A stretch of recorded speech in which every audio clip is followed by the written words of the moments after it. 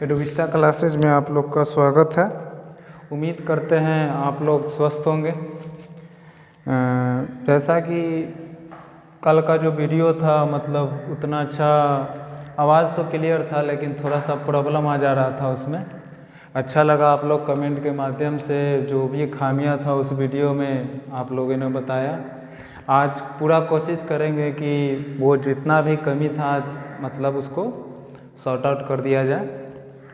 ठीक है, तो हम लोग कंटिन्यू कर रहे थे। ऑप्टिक्स का लेक्चर नंबर 1 कंप्लीट कर लिए थे। आज है ऑप्टिक्स का लेक्चर नंबर 2। तो थोड़ा सा बस 2 मिनट में इसके पहले लेक्चर 1 में हम लोग क्या पढ़े थे उसको थोड़ा सा रिकॉल करते हैं।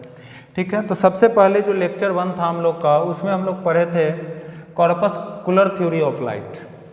ठीक है, कॉर्पस्कुलर थ्योरी ऑफ लाइट में हम लोग जो पॉइंट पढ़े थे, सबसे पहला पॉइंट ये पढ़े थे कि लाइट जो होता है तुम्हारा, ठीक है ना, वो बहुत टाइनी पार्टिकल से मिलके बना होता है। जो लाइट होता है वो बहुत ही टाइनी पार्टिकल से मिलकर के बना होता है, जिसको हम लोग नाम दिए थे कॉर्पसल्स। ठीक है, उसके बाद हम लोग पढ़े थे इसमें कॉर्पस्कुलर थ्योरी ऑफ लाइट में। सबसे पहले कॉर्पस्कुलर थ्योरी देने का काम कौन किए थे? न्यूटन किए थे। ठीक है ना, उसमें ये बताए थे कि जो तुम्हारा लाइट है वो टाइनी पार्टिकल से मिलके बना है। दूसरा पॉइंट ये था कि जो तुम्हारा ये पार्टिकल है ये स्ट्रेट लाइन में चलता है। कैसे चलता है? स्ट्रेट लाइन में चलता है। फिर उसके बाद हम लोग देखे थे कि कॉर्पस्कुलर थ्योरी के माध्यम से कि ये लाइन तो तुम्हारा स्ट्रेट लाइन में चलता है, और इसमें न्यूटन से एक बात और बोले थे कि जो तुम्हारा लाइट है ना, इसका वेलोसिटी तुम्हारा डेंसर मीडियम में, कहाँ पे? डेंसर मीडियम में क्या होता है? क्या कम या ज़्यादा? तो कॉर्पस्कुलर थ्योरी के अनुसार ज़्यादा होता है। और जो तुम्हारा रेयरर मीडियम होता है, ठीक है ना, इसमें लाइट का जो तुम्हारा वेलोसिटी होता है वो होता है कम होता है। फिर इनसे पूछा गया कि ठीक है, इसमें डिफरेंट कलर क्यों होता है? तो इसका रीजन देते हुए न्यूटन ये बोले थे कि जो भी हम टाइनी पार्टिकल बताए ना, जो भी टाइनी पार्टिकल होता है, ठीक है ना, ये जो तुम्हारा टाइनी पार्टिकल होता है इसका साइज अलग अलग होता है। ठीक है, और साइज अलग अलग होने के वजह से इसमें क्या होता है कि इसका कलर अलग अलग हो जाता है।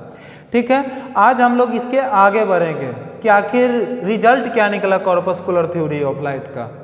ठीक है ना, तो आज हम लोग थोड़ा सा आगे बढ़ते हैं और देखते हैं कि आखिर कॉर्पस्कुलर थ्योरी का रिजल्ट क्या निकला। ये बात कर चुके थे कि कॉर्पस्कुलर थ्योरी के माध्यम से न्यूटन जो थे वो लॉ ऑफ रिफ्लेक्शन को, किसको? लॉ ऑफ रिफ्लेक्शन को अच्छे से डिफाइन कर पाए थे। ये लेक्चर 1 में बहुत अच्छे ढंग से एक्सप्लेन किया हुआ है। उसके बाद ये लॉ ऑफ रिफ्रैक्शन को भी अच्छे ढंग से एक्सप्लेन कर दिए। ठीक है ना, तो ये इनका मतलब कॉर्पस्कुलर थ्योरी का सबसे बड़ा सफलता था कि कॉर्पस्कुलर थ्योरी के माध्यम से न्यूटन जो थे लॉ ऑफ रिफ्लेक्शन और जो लॉ ऑफ रिफ्रैक्शन था उसको अच्छे ढंग से एक्सप्लेन कर दिए। ठीक है, लेकिन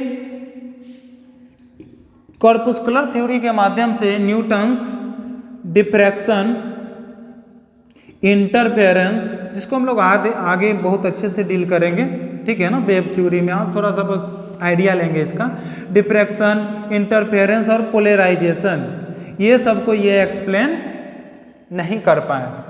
ठीक है, लेकिन यहाँ पे चूंकि न्यूटन जो था उनका कद बहुत बड़ा था, इसीलिए कॉर्पस्कुलर थ्योरी मतलब बहुत ज़्यादा प्रचलन में रहा।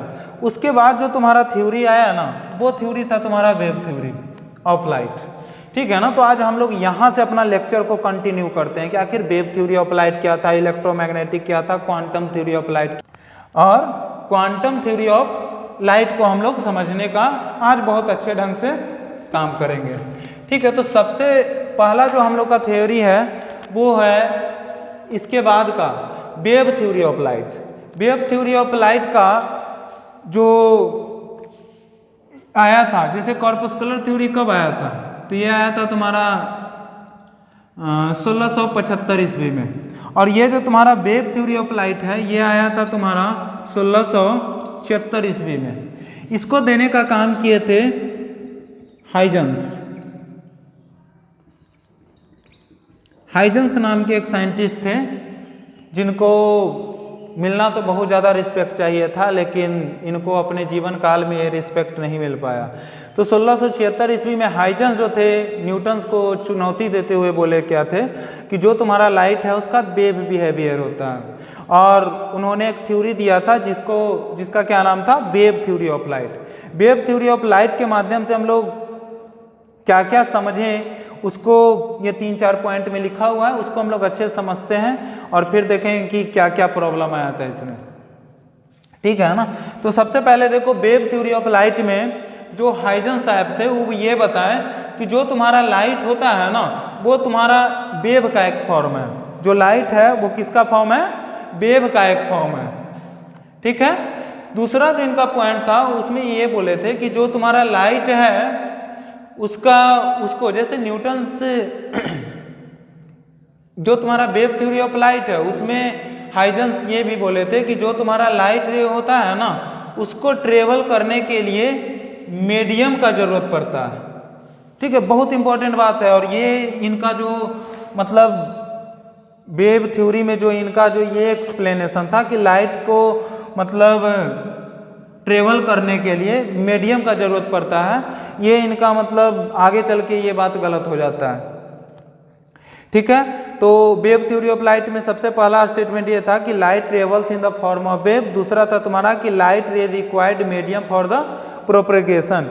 देखो तो उस टाइम भी जो साइंटिस्ट है ना वो ये बोले कि ठीक है लाइट को अगर चलने के लिए अगर मीडियम का जरूरत है, ठीक है, तो लाइट तो स्पेस से आ रहा है ना, और स्पेस में कोई भी मीडियम नहीं होता। देखो ना बहुत इंपॉर्टेंट पॉइंट है कि और भी जो साइंटिस्ट थे वो हाइजेंस से ये पूछे कि लाइट को तो चलने के लिए मीडियम का जरूरत होता है, तो आखिर जो तुम्हारा लाइट है ना वो स्पेस में कैसे ट्रेवल करता है।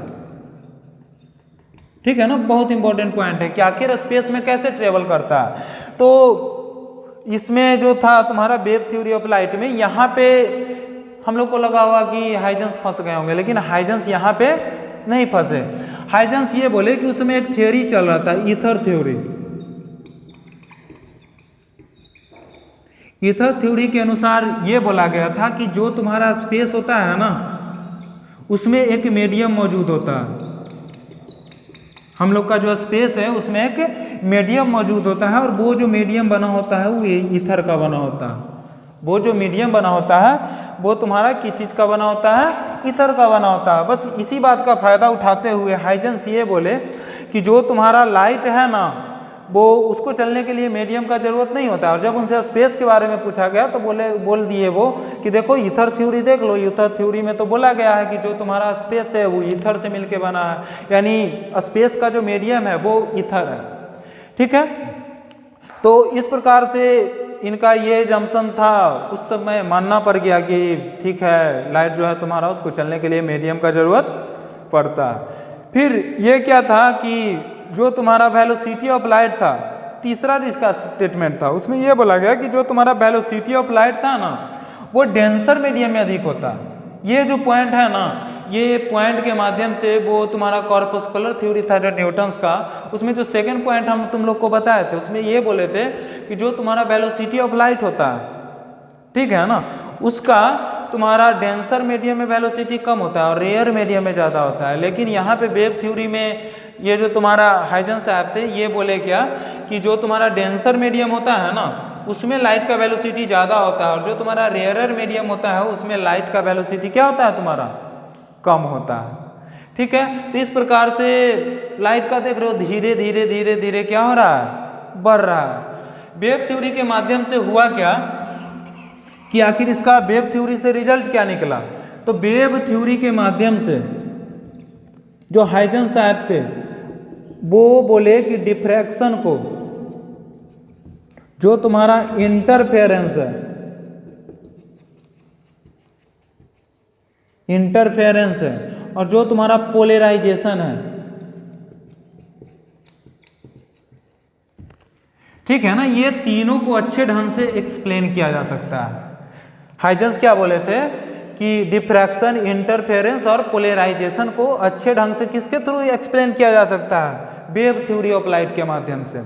लेकिन हुआ क्या कि ये अपने जीवन काल में इसको बोल के तो गए कि ठीक है डिफ्रैक्शन, इंटरफेरेंस और पोलराइजेशन को हम लोग क्या करेंगे कि मतलब अच्छे ढंग से एक्सप्लेन कर पाएंगे, लेकिन ये अपने पूरे लाइफ टाइम में मतलब इसको एक्सप्लेन नहीं कर पाए और फाइनली ये शहीद हो गए। शहीद होने का मतलब तो समझ ही रहे होगे क्या हो गया, मतलब इनका जो लाइफ था वो ख़त्म हो गया, ठीक है ना। और फाइनली ये प्रूफ नहीं कर पाए इसको, ठीक है ना। तब तक इनका जो ये वेव थ्योरी था उसको उतना मान्यता भी नहीं मिल पाया था, क्योंकि उसी टाइम न्यूटन क्या बोल दिए थे कि लाइट जो होता है तुम्हारा पार्टिकल नेचर का होता है। और न्यूटन के सामने मतलब ये भी बहुत बड़े साइंटिस्ट थे और उस जमाना में इतना कम टेक्नोलॉजी होने के बाद ये सब बात बता देना बहुत बड़ा मायने रखता है। लेकिन फिर भी क्या हुआ कि वेव थ्योरी को उस टाइम तक कोई भी मान्यता नहीं मिल पाया। उसका एक और रीज़न ये था कि ये बोल तो दिए थे लेकिन प्रूफ नहीं कर पाए थे, ठीक है। तो फिर हुआ क्या कि इनके बाद करीब 100 से 150 साल बाद, ठीक है ना, एक साइंटिस्ट आए, ठीक है ना। उस साइंटिस्ट का नाम था यंग्स। क्या नाम था उन साइंटिस्ट का? साइंटिस्ट का नाम था यंग। ये एक एक्सपेरिमेंट किए और इस एक्सपेरिमेंट का नाम था तुम्हारा यंग्स डबल स्लिट एक्सपेरिमेंट।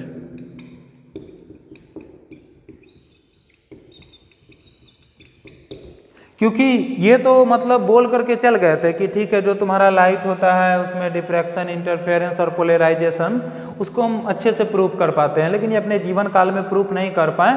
फिर इनका जो बात था ना, हाँ एक बात और, जैसे वेव थ्योरी में ये बोला गया था कि जैसे न्यूटन्स बोले थे कि लाइट तुम्हारा स्ट्रेट लाइन में चलता है, ठीक है। तो वेव थ्योरी में ये क्या बोले कि इनसे भी पूछा गया कि लाइट तो सच में स्ट्रेट लाइन में चलता है, क्योंकि वो तो पूरा प्रूफ करके बताए थे कि लाइट स्ट्रेट लाइन में चलता है। तो इनसे भी ये बात पूछा गया कि ठीक है बताइए कि जब वेव जो है तो लाइट स्ट्रेट लाइन में क्यों चलता है, जब ये वेव नेचर का है तो लाइट स्ट्रेट लाइन में क्यों चलता है। तो इसका जवाब देते हुए हाइजन साहब ये बोले थे कि जो तुम्हारा लाइट होता है ना, जो लाइट होता है उसका वेवलेंथ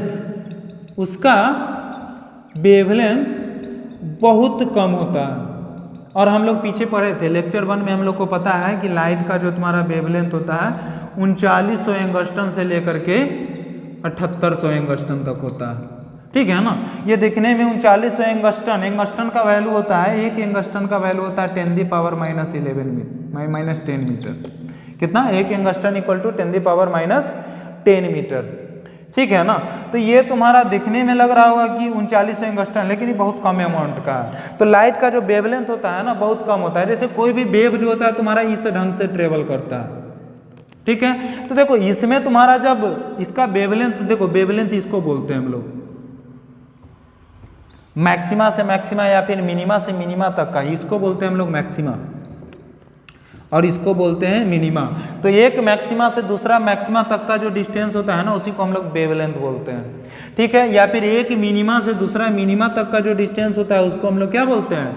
वेवलेंथ बोलते हैं। तो देखो इसमें जब वेवलेंथ इसका बहुत बड़ा रहेगा तब ये गैपिंग बनेगा और तब हम लोग को दिखेगा कि नहीं ये वेव के जैसा चल रहा है। लेकिन इसी का वेवलेंथ अगर हम बहुत कम कर दे, बहुत छोटा कर दे, तो लाइट कुछ इस ढंग से ऐसे चल रहा होगा। ये तो यहाँ पे गैपिंग तुम लोग को दिख रहा होगा, लेकिन उतना भी नहीं। लाइट का वेवलेंथ नैनोमीटर में चला जाता है, देखो नैनोमीटर में चला जाता है ना। तो ये तुम्हारा वेवलेंथ बहुत कम होता है, इतना कम इतना कम इतना कम कि ये वाला जो तुम्हारा है ना लगभग स्ट्रेट लाइन के जैसा दिखाई देता है, ठीक है। तो ये भी अच्छे से एक्सप्लेन कर दिए वेव थ्योरी से भी कि लाइट स्ट्रेट लाइन में क्यों चलता है, ठीक है ना। रीजन क्या बताएं कि जो तुम्हारा लाइट होता है उसका वेवलेंथ बहुत कम होता है और वेवलेंथ कम होने के वजह से ये जो तुम्हारा लाइट होता है ना वो मतलब जब मूव करता है तो लगता है कि स्ट्रेट लाइन में चल रहा है। क्लियर है बात? ठीक है। तो अब हम लोग आगे बढ़ते हैं यंग्स डबल स्लिट एक्सपेरिमेंट में, क्योंकि ये जो तुम्हारा हाइजन्स थे ये तो मतलब प्रूफ नहीं कर पाए कि आखिर डिफ्रैक्शन, इंटरफेरेंस, उतना टेक्नोलॉजी नहीं था उस समय। फिर उसके बाद जो यंग्स थे, यंग्स डबल स्लिट एक्सपेरिमेंट किए और ये बहुत अच्छे ढंग से एक्सप्लेन किए यंग्स डबल स्लिट एक्सपेरिमेंट से। जैसे ये मान लो ऐसे था, देखो इसमें ये वाला जो पार्ट होता है ना, ये गैपिंग, इसी को स्लिट बोलते हैं, ठीक है ना, इसी को क्या बोलते हैं हम लोग, स्लिट बोलते हैं। तो ये क्या किए थे ना कि इसे लाइट को इंटर करवाए थे, कौन, यंग्स, और यहाँ पे एक स्क्रीन रखे थे। तो देखा ही गया ना कि जब लाइट यहाँ पे इंटर करता है ना, तो यहाँ पे कहीं पे मैक्सिमा, कहीं पे मिनिमा, इसको और हम लोग बहुत अच्छे ढंग से पढ़ेंगे वेव थ्योरी में। अभी बस हम लोग ये समझेंगे कि थोड़ा थोड़ा आइडिया ले लेते हैं कि डिफ्रैक्शन, इंटरफेरेंस, ये सब होता क्या है। तो देखा ही गया कि जैसे देखो, जब हम रेड स्केच लिखेंगे तो समझ लेना कि ब्राइट स्पॉट बन रहा है, क्या बन रहा है, ब्राइट स्पॉट, और जब ये ब्लू करेंगे तो समझ लेना कि डार्क स्पॉट।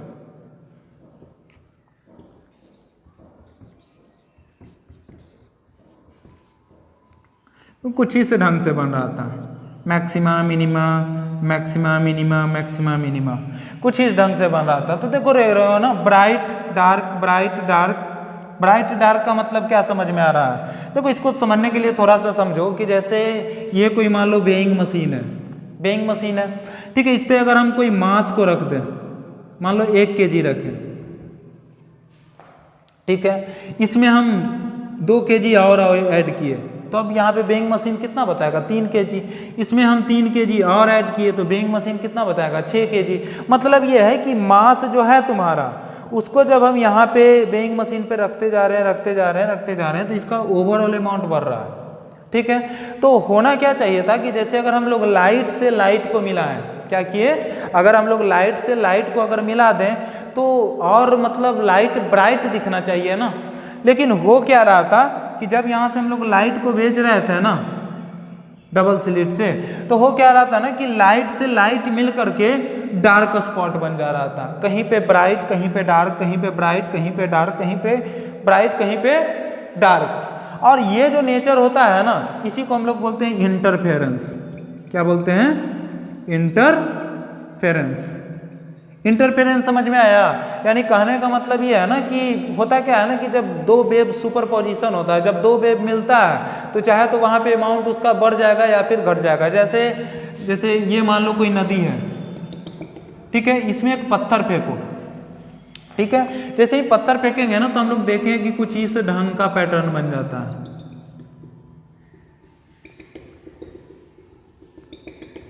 ठीक है। जब इस ढंग का पैटर्न बनता है तो हम लोग देखे होंगे कि जहाँ पे ये हमको डार्क दिख रहा है ना, वहाँ पे पानी कुछ ऐसे उभड़ा हुआ टाइप का रहता है, उठा हुआ रहता है, ठीक है ना। तो ये यहाँ पे क्या बता रहा है कि जो यहाँ पे पार्टिकल है वो ज़्यादा अमाउंट में है, ये जो गैपिंग दिख रहा है यहाँ पे पार्टिकल कम अमाउंट में है, फिर यहाँ पे ज़्यादा अमाउंट में है, फिर यहाँ पे कम अमाउंट में है। और ये क्या बता रहा है, ये वेव है ना, वेव है। तो वेव में देख रहे हो कहीं पे ज़्यादा अमाउंट, कहीं पे कम अमाउंट, फिर ज़्यादा, फिर कम, फिर ज़्यादा, फिर कम।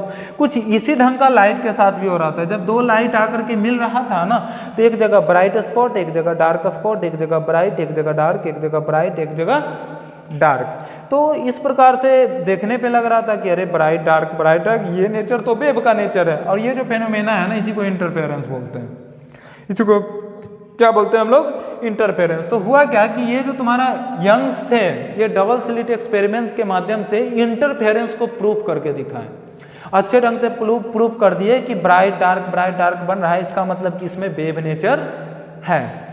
फिर क्या हुआ कि ये तो तुम्हारा इंटरफेरेंस का बात था। समझना डिफ्रैक्शन क्या होता है। डिफ्रैक्शन में देखा गया क्या कि जब कोई लाइट के मतलब रास्ते में, जब लाइट के पाथ में कोई बहुत छोटा सा पार्टिकल, ऑब्स्टकल जिसको बोलते हैं हम लोग, ऑब्स्टकल आ जाएगा, स्लिट आ जाएगा, ठीक है ना, होल्स बोलेंगे, ठीक है ना। ये 3 वर्ड वेव थ्योरी में बहुत ज़्यादा यूज होता है। तो देखा ही गया कि जब लाइट के माध्यम में बहुत छोटा छोटा पार्टिकल आता है ना, जिसको हम लोग ऑब्स्टकल बोलते हैं, अवरोध बोलते हैं उसको, ठीक है ना। तो जब लाइट के पार्टिकल में बहुत छोटा पार्टिकल आता है ना, तो होता क्या है कि जो तुम्हारा लाइट है ना, चलना तो सीधा रेखा में चाहिए था, उसको स्ट्रेट लाइन में चलना चाहिए था। लेकिन हुआ क्या कि ये जो तुम्हारा लाइट है ना, वहाँ से डिफ्रैक्ट होने का नेचर दिखाया, मतलब घूमने का नेचर दिखाया, वहाँ से डिफ्रैक्ट हो जाता है, मतलब कि लाइट जो है अपना रास्ता बदल लेता है। तो ये जो फेनोमेना है ना, इसी को डिफ्रैक्शन बोलते हैं, ठीक है ना। इसी को क्या बोलते हैं हम लोग, डिफ्रैक्शन बोलते हैं। क्लियर है इतना बात। तो ये सब जो बात था तुम्हारा यंग्स डबल स्लिट एक्सपेरिमेंट में अच्छे ढंग से क्या किया गया, एक्सप्लेन किया गया। क्लियर है बात? ठीक है ना। तो वेव थ्योरी का आखिर निकला क्या, मतलब रिजल्ट क्या निकला? तो वेव थ्योरी का रिजल्ट ये निकला कि वेव थ्योरी के माध्यम से हम लोग इंटरफेरेंस, किसको? इंटरफेरेंस, वही डार्क ब्राइट वाला इंटरफेरेंस, डिफ्रैक्शन और जो तुम्हारा पोलराइजेशन था,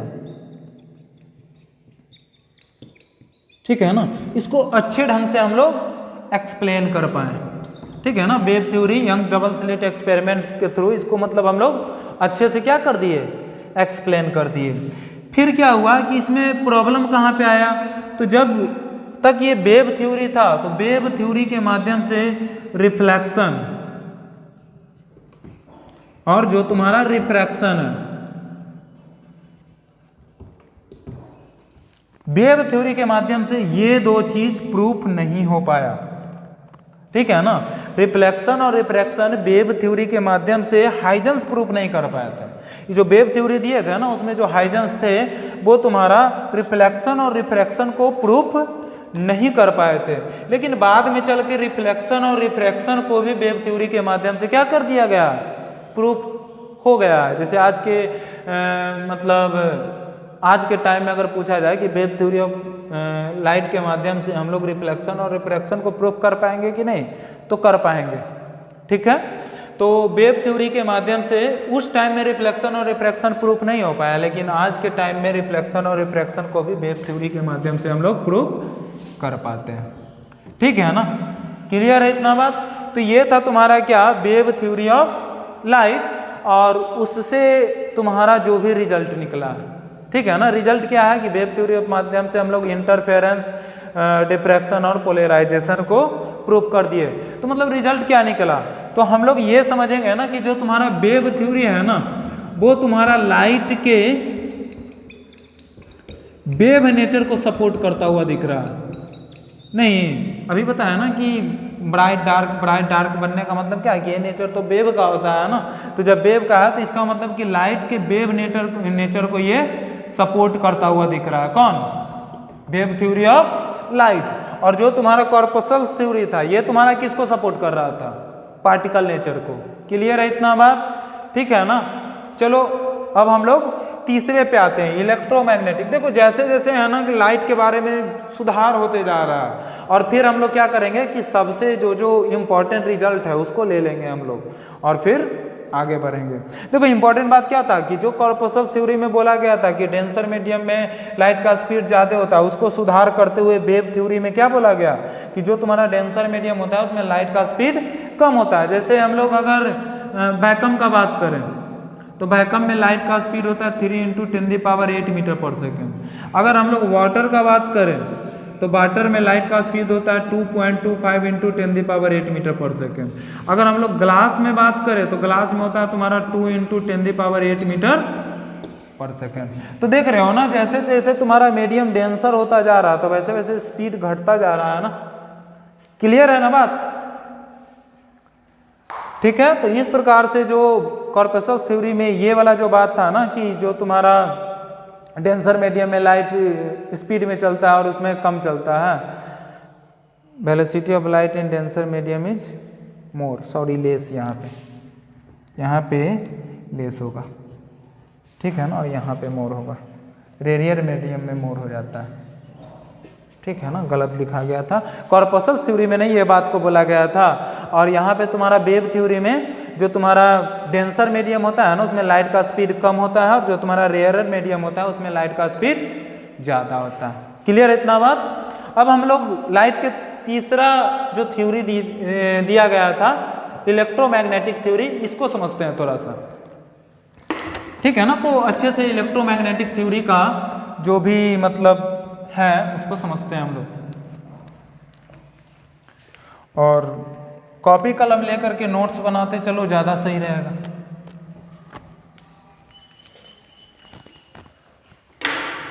चलो अब हम लोग तीसरा पढ़ेंगे जो है तुम्हारा क्या? Electromagnetic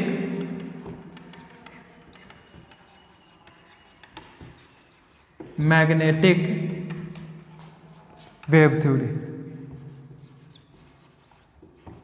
theory of light. समझना बहुत अच्छे से इसको।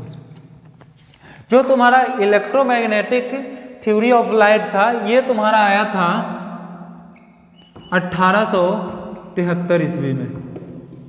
ठीक है ना, देख लो कितना टाइम लग गया, 1676 से डायरेक्ट 1873, लगभग 200 साल बाद आया। ठीक है ना। और इलेक्ट्रोमैग्नेटिक जो थ्योरी ऑफ लाइट था उसमें वो आया कब? 1873 ईस्वी में। ठीक है। इसको देने वाले जो साइंटिस्ट थे ना, वो साइंटिस्ट थे तुम्हारा मैक्सवेल। कौन दिए थे? मैक्सवेल। जो साइंटिस्ट इलेक्ट्रोमैग्नेटिक वेव थ्योरी दिए थे उनका नाम क्या था? मैक्सवेल। ठीक है ना। ये इलेक्ट्रोमैग्नेटिक वेव थ्योरी में बोले ये थे कि जो तुम्हारा लाइट है, light travels in the form of electromagnetic wave.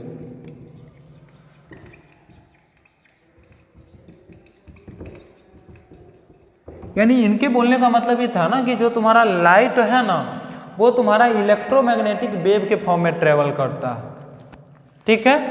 फिर जो तुम्हारा दूसरा पॉइंट था इलेक्ट्रोमैग्नेटिक थ्योरी ऑफ लाइट में, कि जैसे यहाँ पे देखो, यहाँ पे वेव थ्योरी में ही बोला गया था कि लाइट को चलने के लिए, मतलब उसके प्रोपगेशन के लिए मीडियम का जरूरत पड़ता है। लेकिन ये बोले थे मैक्सवेल क्या, कि जो तुम्हारा लाइट होता है ना, उसको ट्रेवल करने के लिए मीडियम का जरूरत, नॉट रिक्वायर्ड फॉर मीडियम।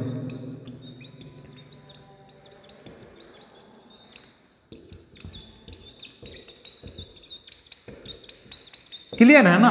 मतलब देखो, इनका जो थ्योरी था कि डेंसर मीडियम में ज़्यादा होता है कम होता है, उसको सुधारने का काम कौन किए? हाइजेंस किए। और इनका जो गलत ये कॉन्सेप्ट था कि लाइट को चलने के लिए मीडियम का जरूरत होता है, उसको सुधार करने का कौन काम किए? मैक्सवेल। ठीक है ना। तो इनका जो सेकेंड स्टेटमेंट था वेव थ्योरी के माध्यम से कि लाइट ट्रेवल्स, मतलब लाइट को ट्रेवल करने के लिए मीडियम का जरूरत नहीं होता है। इनका जो तुम्हारा तीसरा स्टेटमेंट था उसमें ये बोले थे ना कि जो तुम्हारा लाइट होता है ना, उसमें इलेक्ट्रिक फील्ड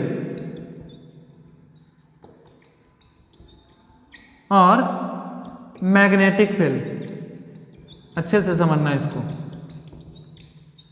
जो तुम्हारा लाइट होता है उसमें इलेक्ट्रिक फील्ड और मैग्नेटिक फील्ड दोनों प्रेजेंट होता है। क्या बोले थे? कि जो तुम्हारा लाइट होता है उसमें इलेक्ट्रिक फील्ड और मैग्नेटिक फील्ड दोनों क्या होता है? तुम्हारा प्रेजेंट होता है। क्लियर है बात? तब तो जाके इलेक्ट्रिक और मैग्नेटिक मिलकर के इलेक्ट्रोमैग्नेटिक वेव बन गया। क्लियर है ना बात? जो तुम्हारा लाइट होता है उसमें इलेक्ट्रिक फील्ड और मैग्नेटिक फील्ड, मतलब सीधा बोल सकते हैं कि लाइट में तुम्हारा इलेक्ट्रिक फील्ड मैग्नेटिक फील्ड दोनों प्रेजेंट होता है। इनका जो तुम्हारा चौथा स्टेटमेंट था उसमें ये बोले थे ना कि जो तुम्हारा लाइट होता है, ठीक है ना, उसमें इलेक्ट्रिक फील्ड और मैग्नेटिक फील्ड तुम्हारा प्रेजेंट होता है। ठीक है ना। तो ये जो तुम्हारा इलेक्ट्रिक फील्ड होता है और जो तुम्हारा मैग्नेटिक फील्ड होता है, जो तुम्हारा इलेक्ट्रिक फील्ड हो गया और जो तुम्हारा मैग्नेटिक फील्ड हो गया,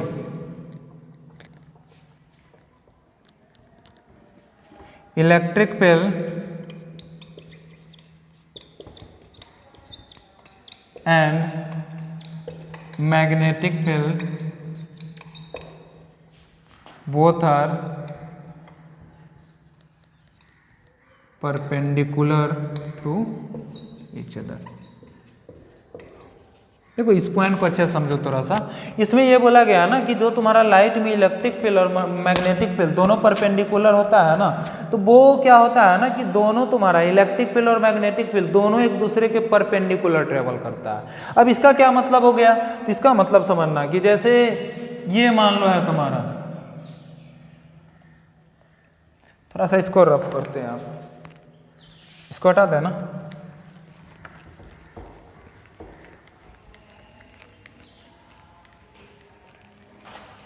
समझना अच्छे से। इलेक्ट्रोमैग्नेटिक थ्योरी ऑफ लाइट के अनुसार light travels in the form of electromagnetic wave. सबसे इंपॉर्टेंट पॉइंट, ये एग्जाम में भी आता है कि लाइट इलेक्ट्रोमैग्नेटिक वेव होता है, कौन बताए थे? तो मैक्सवेल बताए थे। दूसरा, जो तुम्हारा लाइट होता है ना, उसको ट्रेवल करने के लिए मीडियम का जरूरत नहीं पड़ता। तीसरा बात कि लाइट में इलेक्ट्रिक फील्ड मैग्नेटिक फील्ड दोनों प्रेजेंट होता है। चौथा बात क्या था कि जो तुम्हारा electric field magnetic field light में प्रेजेंट होता है वो एक दूसरे के परपेंडिकुलर प्रोपेगेट करता है। जैसे इसका मतलब क्या हो गया? तो जैसे ये मान लो तुम्हारा इलेक्ट्रिक फील्ड है, क्या है? Electric field. ये क्या है? इलेक्ट्रिक फील्ड है। और मान लो कि जैसे देखो ये 3D पिक्चर बनेगा तो उसको समझना पड़ेगा थोड़ा सा। जैसे मान लो ये तुम्हारा बाई एक्सिस है और ये तुम्हारा एक्स एक्सिस है, तो जेड एक्सिस भी तो होगा ना, ऐसे ये तुम्हारा जेड एक्सिस होगा। तो जेड एक्सिस में हम अंदर की तरफ बात कर रहे हैं, अंदर की तरफ। जैसे अगर इलेक्ट्रिक फील्ड का बात करें तो मान लो तुम्हारा इलेक्ट्रिक फील्ड कुछ इस ढंग का है, ऐसे, ठीक है ना। जो तुम्हारा इलेक्ट्रिक फील्ड है वो इस प्रकार से प्रोपेगेट करता है। कहाँ पे? लाइट में। कहाँ पे?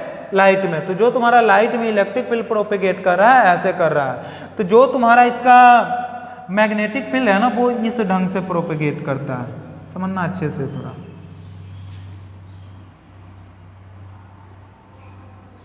मतलब क्या है कि अगर देखने में तुम लोग को लग रहा होगा ऐसे,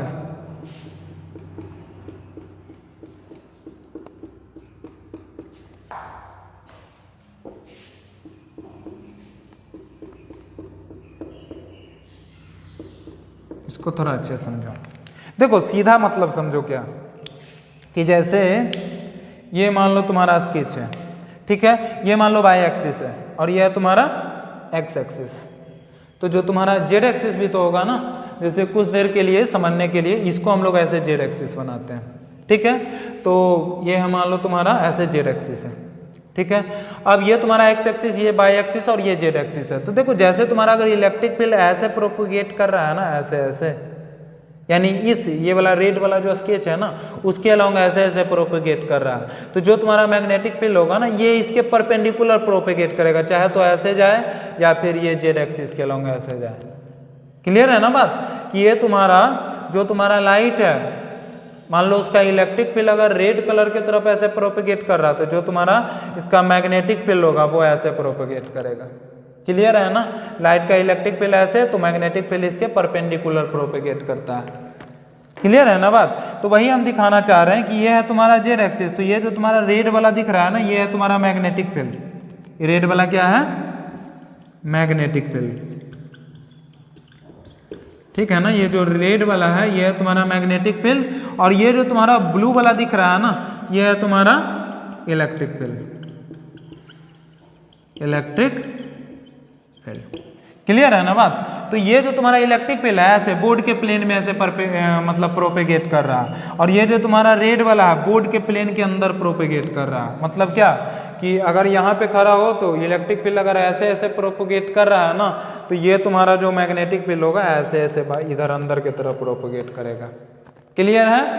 ठीक है ना। तो इससे समझ में क्या आ रहा है? तो देखो जिधर वेव, जैसे अगर हम कोई वेव का बात करें, ठीक है ना, जैसे मान लो ये तुम्हारा वेव है, ठीक है ना, जैसे ये तुम्हारा वेव है, ठीक है ना। तो ये है तुम्हारा direction of propagation of wave. ठीक है ना। जैसे देख रहे हो ना, वेव लग रहा होगा तुम लोग को कि ऐसे चल रहा है, रियल में वेव चलता नहीं है, उसका पार्टिकल जो है बस ऑसिलेट करता है ऊपर नीचे। देखने में लगता है कि आगे बढ़ रहा है, लेकिन रियल में आगे बढ़ता नहीं, उसका पार्टिकल है अपने पोजीशन पे ही ऑसिलेट करता है। लेकिन अगर direction of propagation of wave का हम बात करें तो इस ढंग से है ऐसे, ठीक है ना। तो ये होता है इसका डायरेक्शन ऑफ प्रोपेगेशन। और जो तुम्हारा पार्टिकल है वो ऑसिलेट कैसे करेगा? तो जो तुम्हारा इसका पार्टिकल है ना, वो ऐसे ऐसे ऑसिलेट करता है, ऊपर नीचे ऊपर नीचे। जो पार्टिकल जहाँ पे है बस वहाँ पे ऑसिलेट करते रहता है और अपना एनर्जी आगे ट्रांसफर करते रहता है, जिसके वजह से ये तुम्हारा कुछ इस ढंग से दिखता है। ठीक है ना। तो ये वाला जो ये ऊपर नीचे का अगर हम बात करेंगे ना, ऐसे और ऐसे, यानी जो तुम्हारा पार्टिकल है ऐसे ऐसे कर रहा है, तो इसका डायरेक्शन ऑफ ऑसिलेशन ही हो गया, डायरेक्शन ऑफ ऑसिलेशन। हम लोग वेव के बारे में पढ़े हैं कि जो तुम्हारा वेव होता है, समझना बात को, यहाँ पे दिख रहा होगा ना, यहाँ पे दिख रहा है ना, हाँ समझना थोड़ा सा।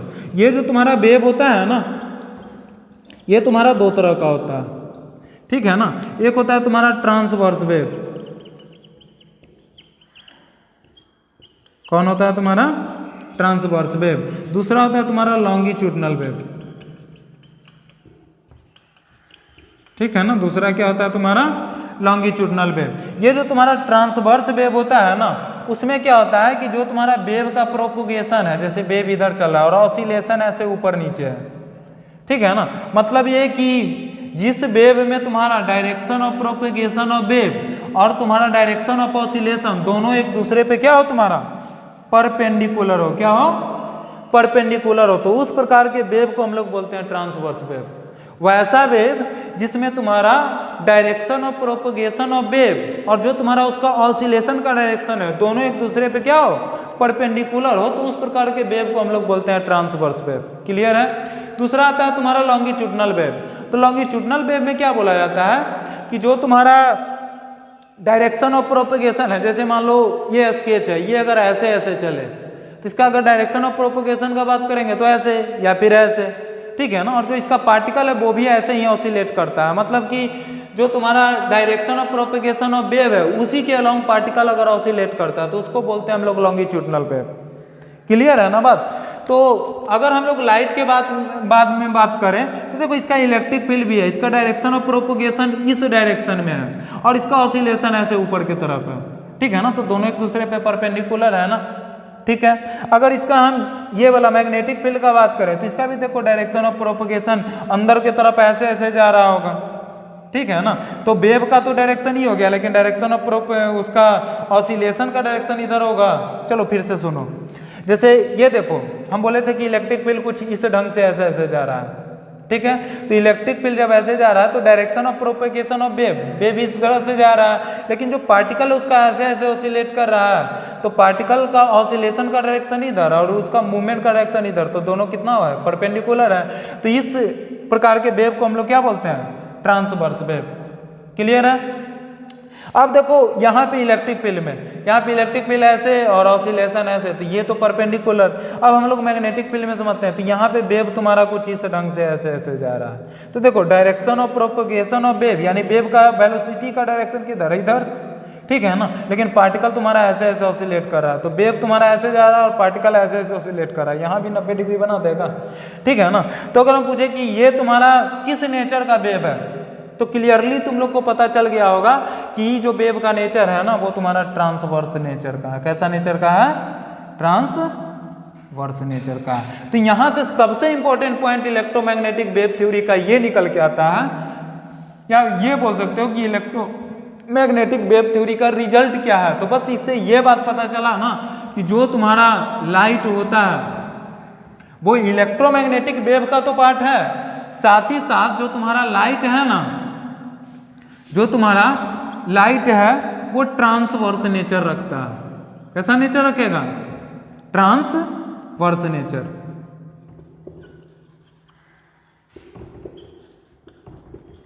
सबसे इंपॉर्टेंट पॉइंट ये समझ में आया हमको, किसके through, electromagnetic theory of light के थ्रू, कि जो तुम्हारा लाइट है वो कैसा नेचर रखता है, तुम्हारा ट्रांसवर्स नेचर। कैसा नेचर रखता है, ट्रांसवर्स नेचर। और ये तुम्हारा एक इलेक्ट्रोमैग्नेटिक वेव का भी एक पार्ट है। तो देखो इलेक्ट्रोमैग्नेटिक थ्योरी ऑफ लाइट से क्या क्या सुधार हुआ। तो सुधार, सबसे पहला सुधार तो ये हो गया कि हम लोग को पता चला कि लाइट को ट्रेवल होने के लिए मीडियम का जरूरत नहीं है। दूसरा पार्ट क्या हम लोग को समझ में आया, तो दूसरा बात ये समझ में आया कि जो तुम्हारा लाइट होता है उसमें ट्रांसवर्स नेचर होता है, लॉन्गिट्यूडनल नेचर नहीं होता है। क्लियर है इतना बात। हाँ, एक चीज और गलती था तुम्हारा वेव थ्योरी ऑफ लाइट में, इसमें बोला गया था ये ना कि जो तुम्हारा लाइट होता है ना वो लॉन्गिट्यूडनल नेचर का होता है। लॉन्गिट्यूडनल वेव का मतलब एग्जाम्पल है, कौन बोले थे ये बात को, बोले थे हाइजेंस, कि जो तुम्हारा लाइट होता है लॉन्गिट्यूडनल वेव होता है। इसको सुधार करते हुए इलेक्ट्रोमैग्नेटिक थ्योरी में मैक्सवेल क्या बोल दिए कि जो तुम्हारा लाइट होता है वो ट्रांसवर्स नेचर का होता है। क्लियर है बात। उम्मीद करते हैं सबकी चीज आया होगा समझ में। जल्दी से स्क्रीनशॉट जिसको लेना है ले लो। फिर आगे बढ़ते हैं। उम्मीद करते हो वो लोग सब चीज आ गया होगा समझ में, तीनों थ्योरी क्लियर है ना। उसके बाद जो तुम्हारा आता है वो आता है तुम्हारा क्वांटम थ्योरी ऑफ लाइट। क्या निकल के आया? Quantum theory of light. ये जो तुम्हारा क्वांटम थ्योरी ऑफ लाइट था ये आया था तुम्हारा 20वीं शताब्दी में, 1905 में। कब? 1905 में। इसको देने वाले जो साइंटिस्ट थे उनका नाम था प्लैंक्स। क्या नाम था? प्लैंक्स। ठीक है ना। तो क्वांटम थ्योरी ऑफ लाइट जो थे वो दिए थे Planck's. Planck's quantum theory of light में ये बताएं कि जो तुम्हारा लाइट है, लाइट इज, जो तुम्हारा लाइट है वो तुम्हारा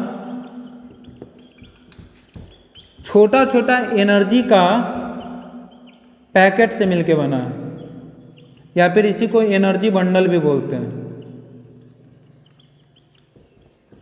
क्लियर है बात? जो तुम्हारा प्लैंक्स थे वो ये बोले कि लाइट जो है तुम्हारा वो छोटा छोटा मतलब एनर्जी का जो पैकेट होता है ना, लाइट जो है तुम्हारा छोटा छोटा एनर्जी का एक पैकेट होता है, उससे मिलके बना होता है। और यही जो एनर्जी का पैकेट है ना, इसी को हम लोग नाम देते हैं फोटोन। क्या नाम देते हैं? फोटोन। यानी सीधा बोले तो ये वाला कॉन्सेप्ट कि लाइट तुम्हारा फोटोन से मिलके बना है। कौन दिए थे? तो प्लैंक्स। कौन दिए थे? प्लैंक्स। तो सबसे पहला जो इनका स्टेटमेंट था कि लाइट जो है तुम्हारा मेड ऑफ किससे बना, मतलब किससे मिलके बना है? तो एनर्जी का छोटा छोटा पैकेट से मिलके बना है। और वो जो तुम्हारा एनर्जी का छोटा छोटा पैकेट है ना, उसी को क्या बोलते हैं हम लोग? फोटोन बोलते हैं। क्लियर है? इनका जो दूसरा स्टेटमेंट था उसमें ये बोले थे, कौन? प्लैंक्स।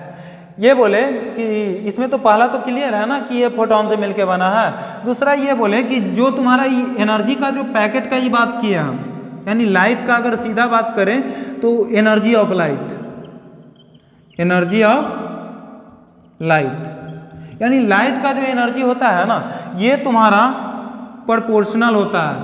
किसके? ठीक है ना। तो ये तुम्हारा होता है फ्रीक्वेंसी ऑफ लाइट। ठीक है ना। यानी जो भी जैसे लाइट में सुने होगे 7 कलर है, सबका फ्रीक्वेंसी अलग अलग है ना। तो ये तुम्हारा जो एनर्जी होता है ना ये इसके फ्रीक्वेंसी के प्रोपोर्शनल होता है। तो अगर हम लोग लाइट का जो तुम्हारा फ्रीक्वेंसी एनर्जी है उसको अगर हम लोग ई लिखें तो ई प्रोपोर्शनल हम लोग लिख सकते हैं इसका जो फ्रीक्वेंसी है एफ, इसके फ्रीक्वेंसी को हम लोग क्या लिखें? एफ। तो ई प्रोपोर्शनल क्या हो जाएगा तुम्हारा? एफ। अब जो तुम्हारा ये ई है, जब प्रोपोर्शनैलिटी का साइन हटाते हैं ना तो यहाँ पे एक कांस्टेंट आता है जिसको एच नाम दिए हम लोग। क्या नाम दिए? एच। तो ये फॉर्मूला हो जाता है तुम्हारा E equal to H F. जहाँ पे पूछा जाएगा कि एच क्या है तो एच होता है तुम्हारा प्लैंक्स कांस्टेंट। एच क्या होता है? Planck's constant. पूछेगा कि जब ये कांस्टेंट है तो इसका तो वैल्यू फिक्स होगा ना, तो हाँ इसका वैल्यू फिक्स है 6.63 इंटू 10⁻34 जूल सेकेंड। क्लियर है ना। ये जो तुम्हारा है यानी जो लाइट में जो एनर्जी होता है ना वो डायरेक्टली प्रोपोर्शनल होता है किसके? जो तुम्हारा फ्रीक्वेंसी ऑफ लाइट है उसके प्रोपोर्शनल हो गया। तो ई प्रोपोर्शनल एफ हो गया तो E equal to H F हो गया। और जहाँ पे ई एच क्या है तो यही जो एच है ना तुम्हारा, इसी को हम लोग बोलते हैं प्लैंक्स कांस्टेंट। क्या बोलते हैं? Planck's constant. क्योंकि ये थ्योरी प्लैंक्स दिए थे ना इसीलिए इसको क्या नाम दे दिया हम? Planck's constant. और ये जो एच का वैल्यू है ये हो गया तुम्हारा 6.63 इंटू 10⁻34। अब क्वेश्चन आया कि ठीक है क्वांटम थ्योरी के पीछे का स्टोरी क्या है? तो इसके पीछे का स्टोरी अब देखते हैं थोड़ा सा हम लोग। जैसे हुआ क्या ना कि उस समय एक फेनोमेना था photo electric effect.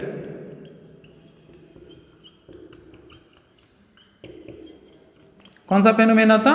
Photo electric effect. Photo electric effect थोड़ा सा समझते हैं। फोटो इलेक्ट्रिक इफेक्ट ये होता है कि जब कोई मेटल के सरफेस पे जब कोई सफिशियंट फ्रीक्वेंसी का लाइट, मतलब कोई भी दे देंगे तो मतलब ये वाला काम नहीं होगा जो आगे बताने वाले हैं।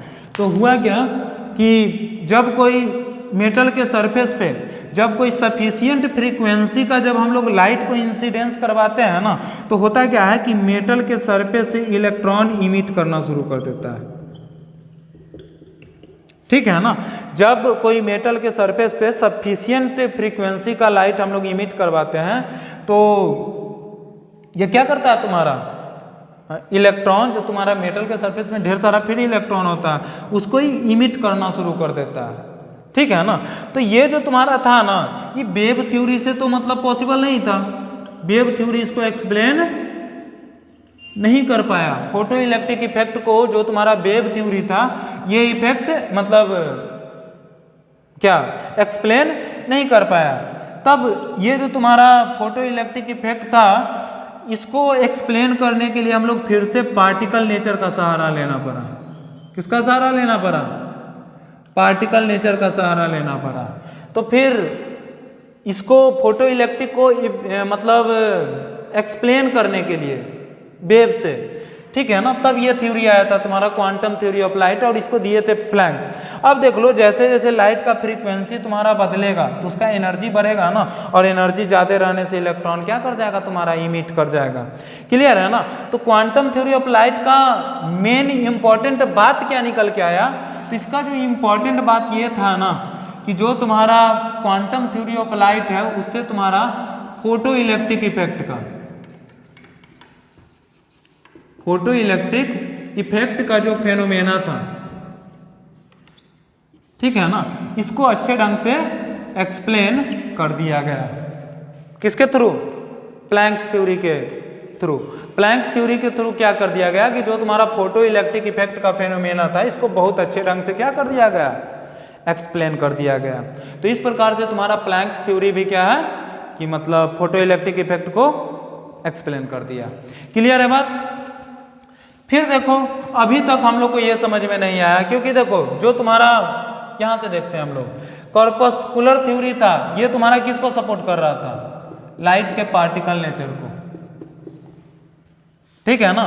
जो तुम्हारा वेव थ्योरी था ये तो कंप्लीटली वेव नेचर को शो कर रहा था। जो तुम्हारा इलेक्ट्रोमैग्नेटिक वेव थ्योरी था ये नया कॉन्सेप्ट देके चला गया कि इलेक्ट्रोमैग्नेटिक वेव होता है, ठीक है ना। इलेक्ट्रोमैग्नेटिक अगर बोल दिया गया कि वेव होता है तो ये भी लगभग किसको मतलब किसको सपोर्ट कर रहा है?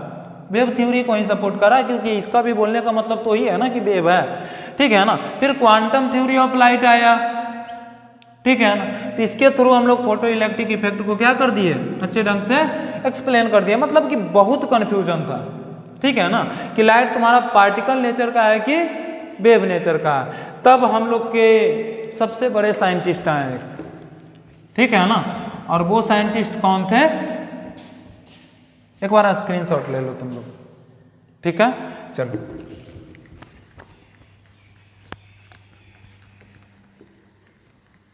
अब हम लोग के सबसे बड़े साइंटिस्ट आए जिनका नाम था आइंस्टीन।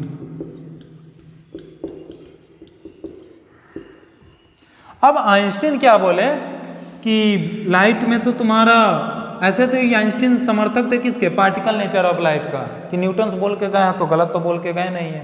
तो आइंस्टीन समर्थक थे किसके? पार्टिकल नेचर ऑफ लाइट के। लेकिन फिर भी ये देखे कि वेव मतलब लाइट कहीं ना कहीं पार्टिकल नेचर को भी सपोर्ट कर रहा है और वेव नेचर को भी सपोर्ट कर रहा है। तो आइंस्टीन क्या किया ना कि नया कॉन्सेप्ट दिए क्या ही ये क्या बोले ना कि जो तुम्हारा लाइट होता है ना उसका ड्यूल नेचर होता है। क्या होता है? Dual nature. मतलब क्या ना कि दोहरा प्रवृत्ति रखता है ना।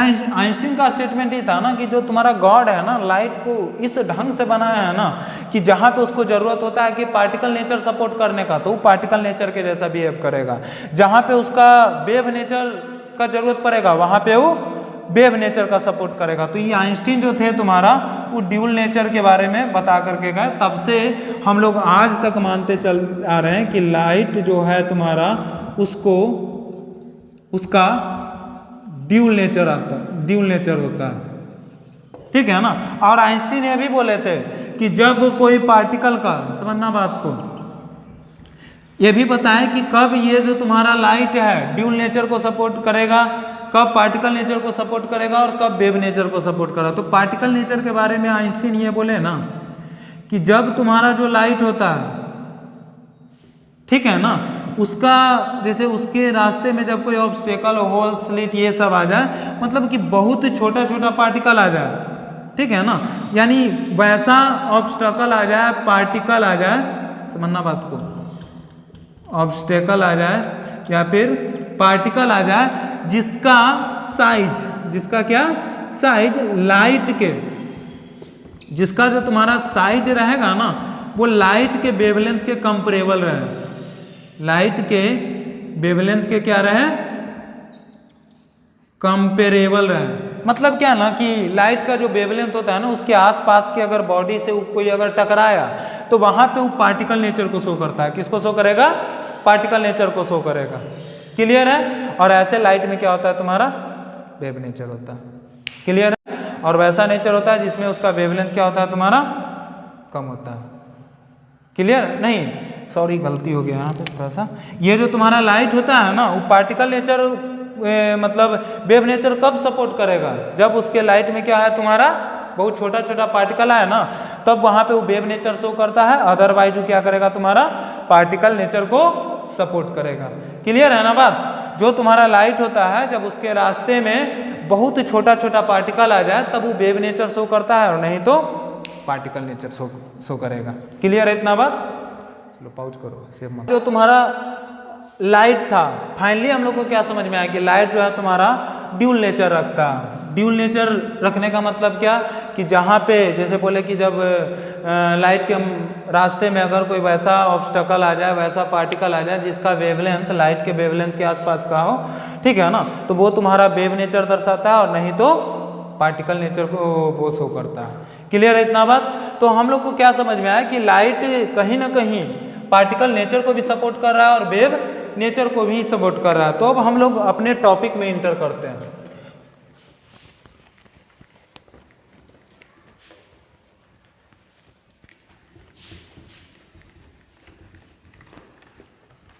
अरे पॉज कर देते हैं ना, चल रहा है तो रह दो ठीक। देखो जैसे लाइट तुम्हारा पार्टिकल नेचर को भी सपोर्ट कर रहा है और वेव नेचर को भी सपोर्ट कर रहा है। तो जो तुम्हारा लाइट है ना पार्टिकल नेचर के थ्रू भी मतलब उसका बहुत सारा, जो तुम्हारा लाइट है पार्टिकल नेचर को भी सपोर्ट कर रहा है और वेव नेचर को भी सपोर्ट कर रहा है। तो जब ये पार्टिकल नेचर को सपोर्ट कर रहा है तो उसका भी मतलब स्टडी करने के लिए बहुत सारा चीज़ है पार्टिकल नेचर के थ्रू भी और वेव नेचर के थ्रू भी। तब हम लोग करते क्या है ना कि जो ऑप्टिक्स होता है ना उसको हम लोग दो पार्ट में डिवाइड कर देते हैं। ठीक है? जो तुम्हारा ऑप्टिक्स होता है उसको हम लोग दो पार्ट में डिवाइड कर देते हैं। ऑप्टिक्स का जो पहला पार्ट है उसको हम लोग बोलते हैं रे ऑप्टिक्स। क्या बोलेंगे? Ray optics. या फिर इसी का एक और नाम है जियोमेट्रिकल ऑप्टिक्स। ठीक है ना? इसी का एक और नाम क्या है तुम्हारा? Geometrical optics. दूसरा जो होता है तुम्हारा वो होता है तुम्हारा वेव ऑप्टिक्स। इसी का एक और नाम है तुम्हारा फिजिकल ऑप्टिक्स। ठीक है ना? इसी का एक नाम और क्या है तुम्हारा? Physical optics. क्लियर है इतना बात? तो जो तुम्हारा लाइट है उसका दो पार्ट आ गया, एक रे ऑप्टिक्स और दूसरा क्या आ गया तुम्हारा? Wave optics. रे ऑप्टिक्स में होता क्या है कि रे ऑप्टिक्स में हम लोग लाइट के पार्टिकल नेचर के बारे में पढ़ेंगे। किसके बारे में पढ़ेंगे? लाइट के पार्टिकल नेचर के बारे में पढ़ेंगे। दूसरा जो तुम्हारा रे ऑप्टिक्स होता है ना उस रे ऑप्टिक्स में हम लोग हमेशा ये एजम्पशन लेकर के चलेंगे, हमेशा ये एजम्पशन लेकर के चलेंगे ना कि जो तुम्हारा रे ऑप्टिक्स होता है उसमें लाइट जो है तुम्हारा वो हमेशा स्ट्रेट लाइन में चलता है। लाइट हमेशा कैसा चलेगा? स्ट्रेट लाइन में। तीसरा क्या होता है कि जब हम लोग लाइट के पार्टिकल नेचर के बारे में पढ़ते हैं, ठीक, क्लियर है?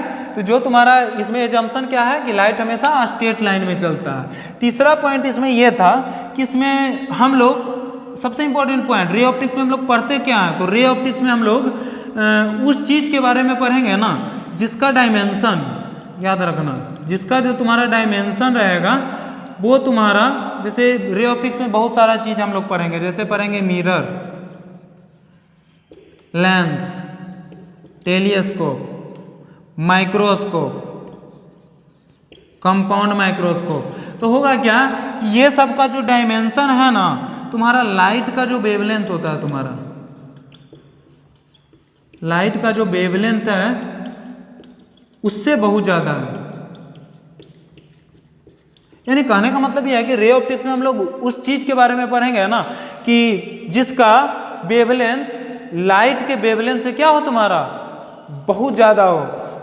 रे ऑप्टिक्स में हम लोग जनरली पढ़ेंगे किसके बारे में, मिरर के बारे में, लेंस के बारे में, माइक्रोस्कोप, कंपाउंड, यानी सीधा बोल सकते हो तो ऑप्टिकल इंस्ट्रूमेंट के बारे में। क्लियर है। और वो सब चीज के बारे में जिसमें ये जंक्शन हम लोग लेकर के चलेंगे कि लाइट तुम्हारा स्ट्रेट लाइन में चलता है। क्लियर है बात। जब हम लोग वेव ऑप्टिक्स का बात करेंगे तो वेव ऑप्टिक्स में हम लोग लाइट के वेव नेचर के बारे में पढ़ेंगे, उसमें पार्टिकल नेचर और इसमें वेव नेचर।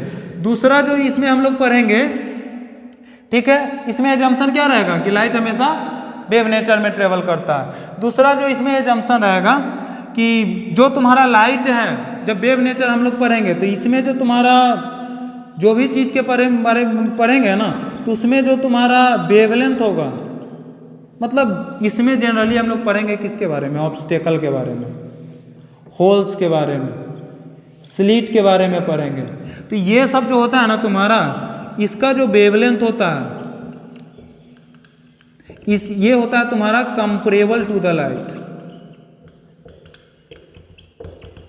मतलब ये है ना कि इसमें जो वेव ऑप्टिक्स है ना उसमें हम लोग उस चीज के बारे में पढ़ेंगे जिसमें उसका वेवलेंथ जो है तुम्हारा वो बॉडी के कंपेरेबल हो, जैसे ऑब्स्टेकल, होल्स और स्लिट। जनरली हम लोग वेव ऑप्टिक्स में किसके बारे में पढ़ते हैं तो इंटरफेरेंस। याद रखना, बहुत इंपॉर्टेंट पॉइंट है ये तीनों। इंटरफेरेंस हो गया तुम्हारा, डिफ्रैक्शन हो गया, और क्या हो गया तुम्हारा, पोलराइजेशन हो गया। और तुम लोग से अगर पूछेगा कि इस सब के अलावा किस चीज के बारे में पढ़ेंगे तो वो हर चीज है ना जो हम लोग रे ऑप्टिक्स में नहीं पढ़ेंगे। समझ रहे हो ना। यानी रे ऑप्टिक्स में बहुत सारा चीज है जिसको हम लोग नहीं पढ़ेंगे, तो सब चीज को कहां से हम लोग एक्सप्लेन करेंगे, वेव नेचर ऑफ लाइट में। क्लियर है। तो इस प्रकार से जो तुम्हारा ऑप्टिक्स है ना उसको हम लोग दो पार्ट में बांट कर दिए, रे ऑप्टिक्स और वेव ऑप्टिक्स। इसको ज्योमेट्रिकल ऑप्टिक्स भी इसलिए हम लोग बोलते हैं ना क्योंकि ये जो तुम्हारा ऑप्टिक्स का पार्ट है ना इसमें अधिकतर बार ज्योमेट्री का यूज होता है। ठीक है, तो इसीलिए इसका एक नाम ये भी दे दिया गया कि ये तुम्हारा ज्योमेट्रिकल ऑप्टिक्स है। क्लियर है। उम्मीद करते हैं कि आज का पूरा लेक्चर क्लियर होगा। जिस तरह से लेक्चर 1 में जो भी खामियां था वो लोग बताने का काम तुम लोग किए, उसी प्रकार इसमें भी बताना। ठीक है ना, जो भी खामियां होगा वीडियो में उस सबको क्या करना, बताना। उसके अलावा क्या करना है तुम लोग को कि जैसे देखो अब हम लोग क्या करेंगे ना कि 12th का जितना भी टॉपिक होगा सब चीज अपलोड करेंगे एकदम टॉपिक वाइज, कोई भी एक टॉपिक नहीं छूटेगा तुम्हारा। ठीक है, तो टॉपिक वाइज हर एक लेक्चर को कंप्लीट करेंगे। ठीक है, उसके साथ तुम लोग एक काम ये करना कि जो तुम्हारा ये वीडियो मिल रहा है ना इसको जितना ज़्यादा से ज़्यादा शेयर करना है कर सकते हो। ठीक है ना। उम्मीद करते हैं वीडियो तो अच्छा लगा ही होगा, तो उसको क्या करना जितना ज़्यादा पॉसिबल है शेयर करो, चैनल को सब्सक्राइब करो। ठीक है ना। और वीडियो देखने के बाद लाइक करना मत भूलना, अगर अच्छा लगे तो, नहीं तो डिसलाइक भी कर सकते हो। ठीक है ना। तो शेयर करो, सब्सक्राइब करो, लाइक करो। ठीक है ना।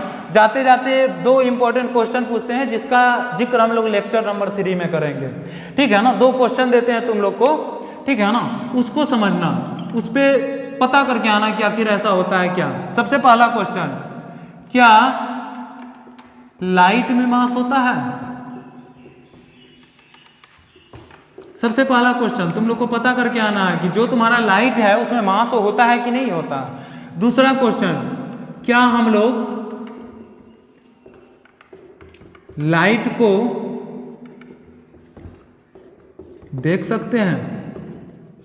मतलब सीधा सीधी बात यह है कि लाइट विजिबल है कि नहीं, हम लोग लाइट को देख पाएंगे कि नहीं देख पाएंगे, बस ये बात को करना है। और उम्मीद वो वाला बात, शेयर, सब्सक्राइब और लाइक जितना पॉसिबल है उतना शेयर करो। मतलब जितना होगा ना, मतलब हर एक चीज़ को हम लोग क्या करेंगे इसमें, मतलब हर एक टॉपिक पढ़ेंगे, हर चैप्टर का, और धीरे धीरे तुम लोग का 11th का भी वीडियो अपलोड होना शुरू हो जाएगा। क्लियर है बात। ठीक है, तो घर पे रहो, सुरक्षित रहो, और बस। हाँ, एक बात और, नोट्स जिसको भी ज़रूरत है, ये मेरा व्हाट्सअप नंबर है 7992291288। ठीक है ना। ये है हम लोग का क्या, व्हाट्सअप नंबर। जिसको भी जो भी प्रॉब्लम हो सकता है, ठीक है ना, चाहे तो इस नंबर पे कॉल करके या फिर व्हाट्सअप करके, ज़्यादा कोशिश करना व्हाट्सअप करने का ही, ठीक है ना। व्हाट्सअप करके जो भी तुम्हारा क्वेरी या फिर डाउट रहे, ठीक है ना, इसको यहाँ पे पूछो, या फिर तुम्हारे पास एक और ऑप्शन है, वीडियो के नीचे जो तुम्हारा कमेंट बॉक्स है, कमेंट करके भी तुम अपना डाउट पूछ सकते हैं। हम हर एक का कमेंट देखते हैं और हर एक का मतलब रिप्लाई भी करते हैं, ठीक है। तो चाहे तो ये व्हाट्सअप नंबर पे क्या कर देना, कॉल करके या फिर मतलब व्हाट्सअप करके डाउट पूछ लो, या फिर यहाँ पे तुम लोग का बाकी रहा कि ऐसे तो तुम लोग कोशिश करो कि कॉपी कलम लेकर के नोट साथ में बना लें, या फिर क्या करो कि हम तुम्हारा इस नंबर पे क्या करेंगे, नोट्स सेंड कर देंगे, नोट्स सेंड कर देंगे। मतलब जिसको भी चाहिए होगा इस नंबर पे व्हाट्सअप करना, नोट्स सेंड कर देंगे।